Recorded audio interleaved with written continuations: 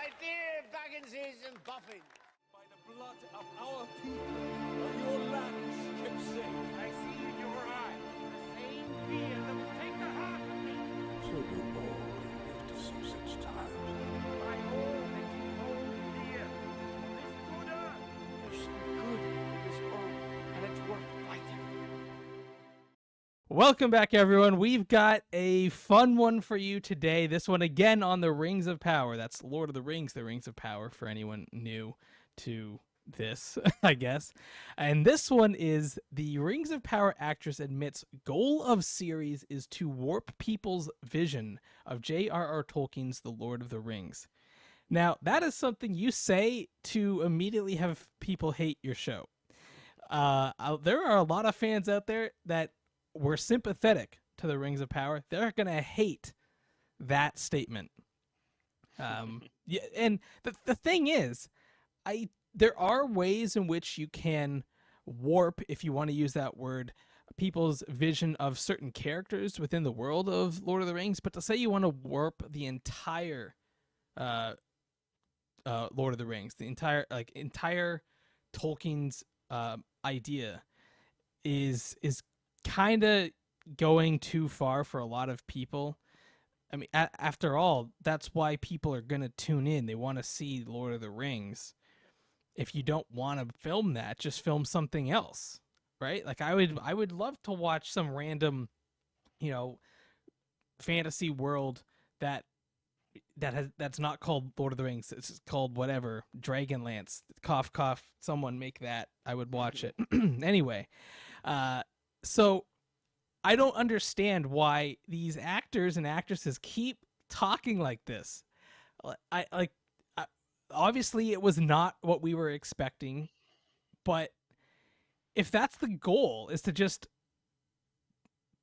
confuse people with what they're watching, I don't understand. I don't understand how that can be the goal of a project. Why not just tell a good story?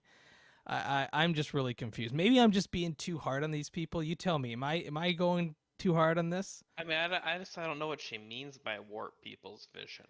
That's true. That's true. You make a good point. Like, Maybe. what do they think Tolkien's vision is, and how do they want to go about warping it? So it sounds like that what she means is you want to set the stage for the story that is familiar to the audience, but you want to kind of do a bit of a switcheroo on them and make so that they don't see it coming. Subvert them. Subvert their expectations. People love that. I will say they sometimes do love it, but they love it when the subversion doesn't come at the cost of the entire lore, the foundation of the world being built. We find out in the end that they were on Earth and in modern times all along. And they're just in a little park in the middle of some city. Oh man, M. Night Shyamalan brought on to do the last season of this one.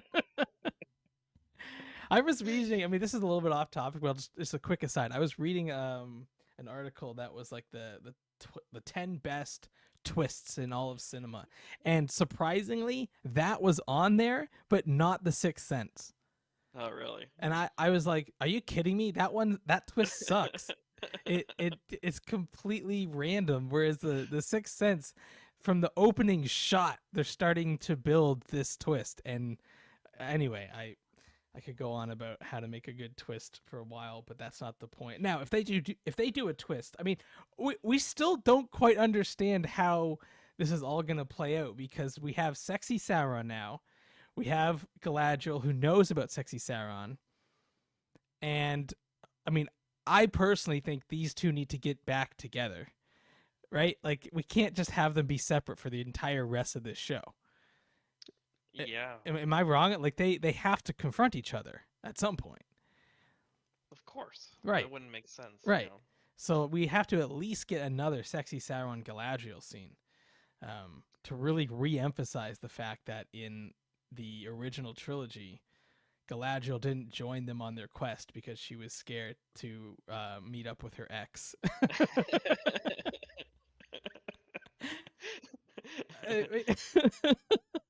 I mean, here's the thing: this show, the show is treading on dangerous ground. Even if they're able to pull off some amazing Tolkien style battles and world building, they have set Sauron up a little too cool, and they run the risk of people turning and joining, like the audience joining him in a weird, like, actual Sauron way. Like, that's how Sauron was able to gain such a following, and they're at risk of letting that happen to their audience. There's a lot of people that like him over Galadriel right now. That's a low bar, yeah. Yeah.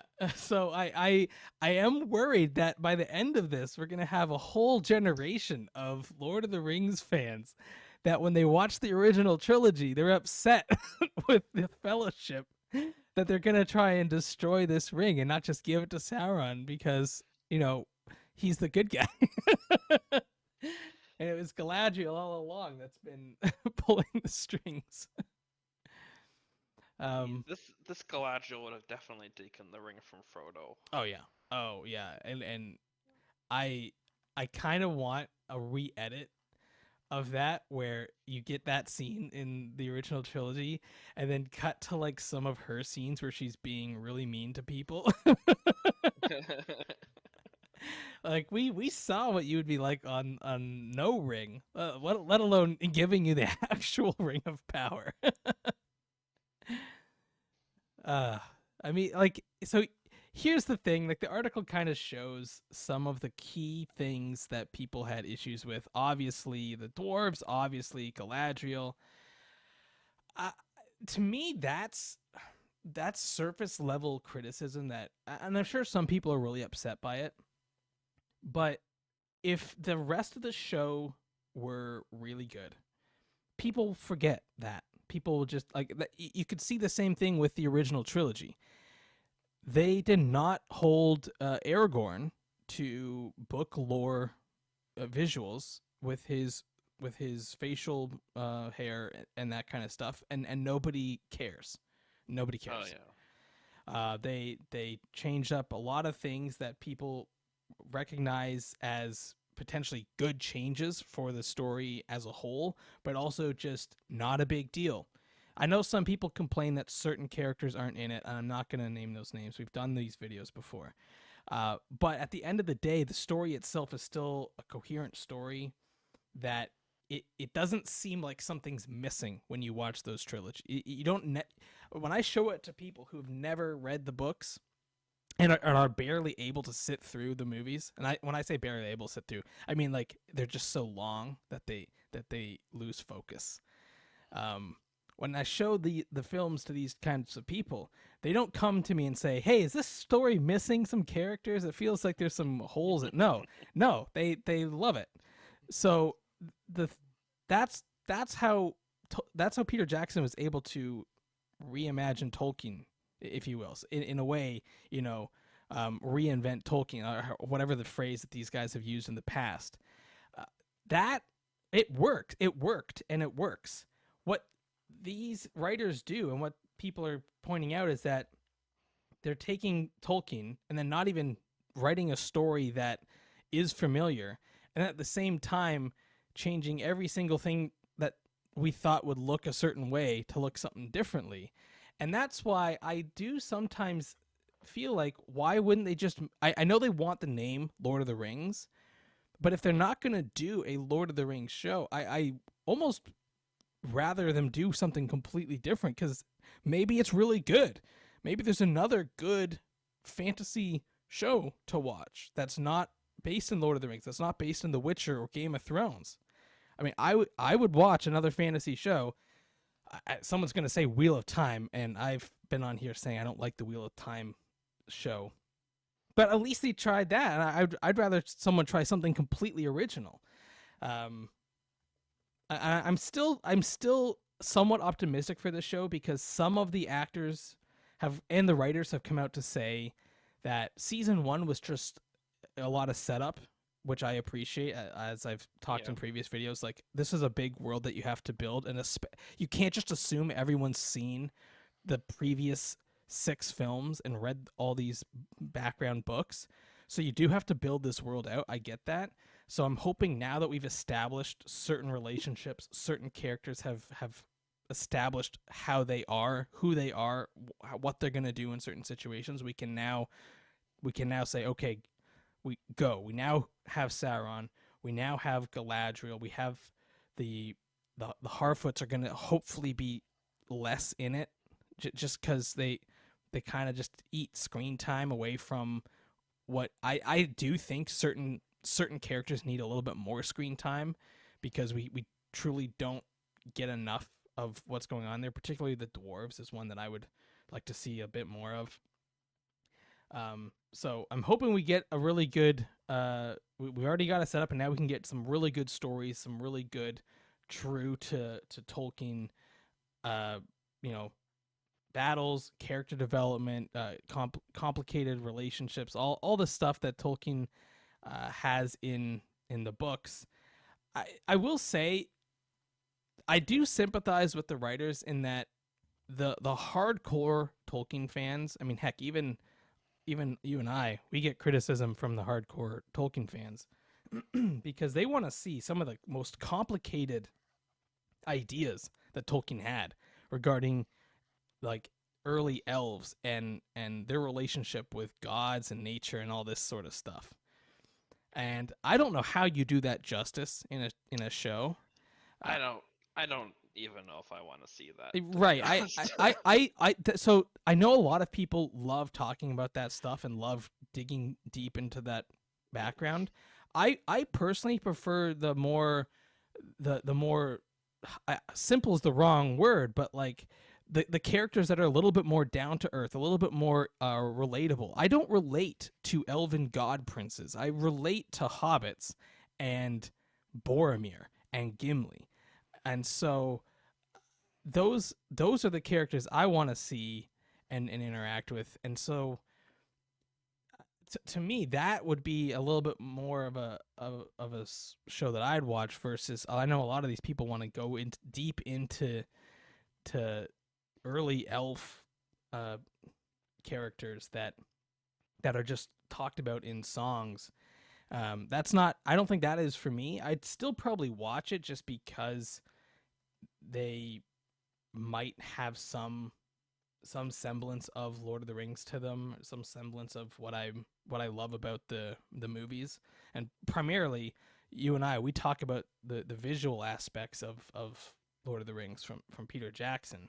So that's, I think Peter Jackson got the tone just right, and I hope that the showrunners understand that, because that's ultimately, they just need to get something with the right tone. And that's my up and down with the show, is that the tone does seem to shift depending on which group we're with, whether we go from the Harfoots to the dwarves to Numenor to the goblins.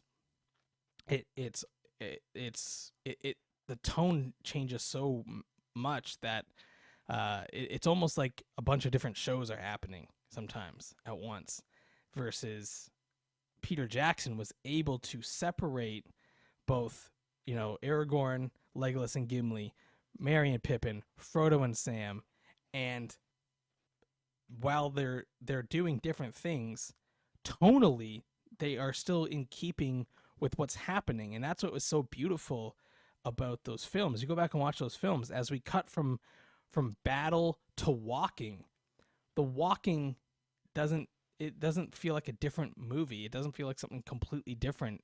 There's still struggles, just not battlefield struggles. There's power dynamic struggles with Frodo in the ring. There's Merry and Pippin trying to convince the Ents to do something. Like, there's stuff happening, and I feel like this show hasn't done a good job at that. When they cut from place to place, it does feel like, okay, and now we're going to see what's happening here, and it could be completely different with no resemblance of what's come before it on screen. So I do hope they kind of fix that one big glaring issue for me. And obviously, when we rewatch it this fall, maybe I'm wrong. Maybe I'm being too critical of the show, and that when I watch it, I'll say, "Oh, you know what? They actually did get this tonal shift right." But my initial perspective on it was that it wasn't quite up to the Peter Jackson level, which is a high level, but I don't want to settle for something lower down. I want them to strive to get there, and I don't want to just settle for whatever they throw our way. Yeah. Anyway, let us know your thoughts down below. Love to hear from you guys, and we're gearing up for another response video because you guys do actually have a lot to say, and good or bad, we like to see it and respond one way or the other. I regret to announce this is the end. I bid you all a very fond farewell.